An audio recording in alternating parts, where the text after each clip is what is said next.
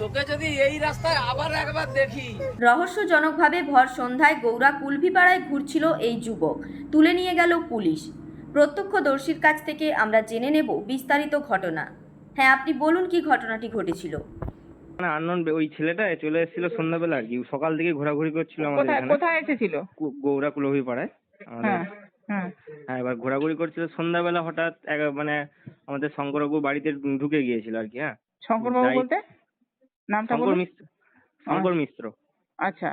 হ্যাঁ, তার বাড়িতে ঢুকে গিয়েছিল। এবার ঢুকে যেতেই তাকে যখন ধরে দেখেছে তখন বলে আমি জল খেতে ঢুকেছি বাড়িতে। আচ্ছা। ঠিক আছে, তারপরে বাড়ি থেকে বের করা হলো, নিয়ে এসে এই মন্দিরের সামনে বসানো হলো। তারপরে আমরা যাতে আর কেউ কিছু না করে গাছে একটু বেঁধে রেখেছিলাম, পুলিশকে ফোন করা হলো, পুলিশ তারপরে নিয়ে গেল। দেখে কি মনে হয় মানসিক ভারসাম্যহীন না অন্য কিছু মনে হয়? এবার সেইভাবে আমি কি করে বলবো? না সেইভাবে বলতে ওর কথাবার্তা কি অসংলগ্ন ছিল? ছিল কিছুটা, কিন্তু আবার মুখে এমন তর্ক করছিল বা এইগুলো দেখে মনে হচ্ছিল যে কিছু খারাপ ইন্টেনশন ছিল। আর ওর বাড়ি কোথায় বলছে? বাড়ি বলছে ওই জিয়াখালী। কোথায়, কোন জায়গায়? জিয়াখালী ওই যে পুকুরদার ওদিকে। আচ্ছা আচ্ছা। হ্যাঁ, নিজের নামটা কি বললো? ধীরেন মণ্ডল। বাবার নাম বাবলু মণ্ডল। বললো, আগে জিজ্ঞাসা করা হলো যে কে এসেছে, বললো মেসো এসেছে। হ্যাঁ, আর কিছু বললো না। আবার জিজ্ঞাসা করা হলো যে কাজ তুই কি করিস? বললো খেটে খাই। বললো আমি ইলেকট্রিকের কাজ করি, ওয়েল্ডিং। বয়স কত হবে ছেলেটার? বয়স কত হবে? আনুমানিক 20-21 এরকম। আচ্ছা।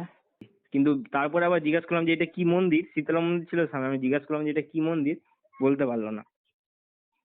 ওইখান থেকে বেশি আরো সন্দেহটা বেশি হয়েছে ওইখানে।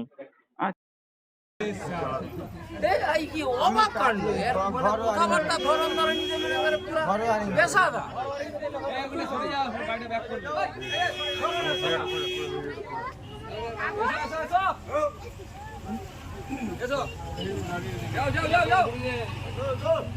কপালটা কত ভালো বল, তোর জন্য কত লোক দাঁড়িয়ে আছে।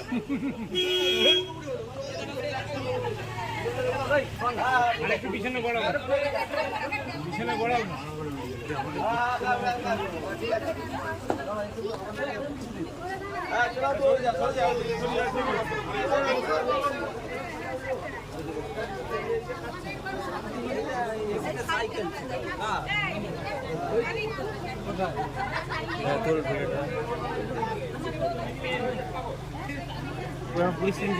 যা যা সামনে যা। পিছনে খুলে আবার পালিয়ে যাবি নি তো? লাভ দিয়ে দিবি নি তো?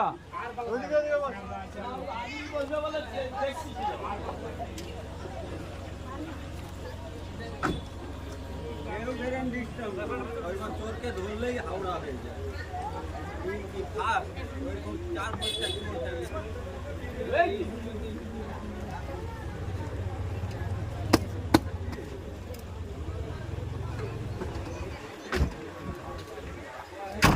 পিছনে